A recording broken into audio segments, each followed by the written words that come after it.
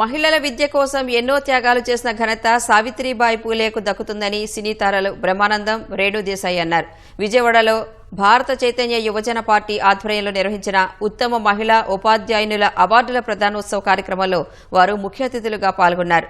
ఉత్తములకు సత్కారం, అతిథులకు ఆహ్వానం పేరిట ఆ పార్టీ అధ్యక్షుడు బోడే రామచంద్ర యాదవ్ కార్యక్రమాన్ని నిర్వహించారు. రాష్ట్రంలోని అన్ని జిల్లాల నుంచి ఉత్తమ మహిళా ఉపాధ్యాయులను ఎంపిక చేసి అవార్డులు, ప్రశంసాపత్రాలు అందజేశారు.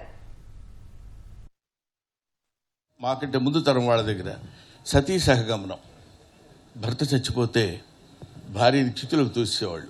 ఆ రోజుల్లో ఇంకా బాల్య వివాహాలు ఉండేవి. చిన్నపిల్లల్ని తీసుకెళ్ళి పెద్దవాళ్ళకి ఇచ్చి వివాహం చేయడం.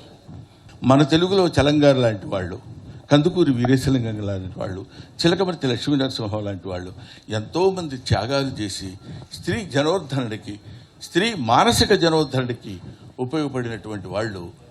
What I have known about Savitribai Phule, because నేను పూణేలో పుట్టి పెరిగాను కాబట్టి నాకు ఆవిడ గురించి తెలుసు. And I think we belong to a little elder generation where knowledge was given importance.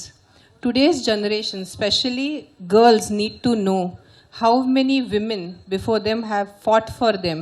Today for me to stand on this stage, నేను ఇక్కడ నుంచొని మీతో అందరితో మాట్లాడుతున్నాను, 100% credit goes to Savitribai Phule.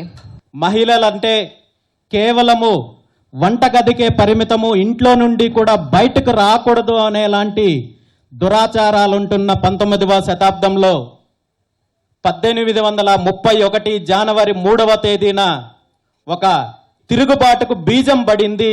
ఆ తిరుగుబాటు, ఆ విప్లవం పేరే సావిత్రిబాయి పూలే గారు.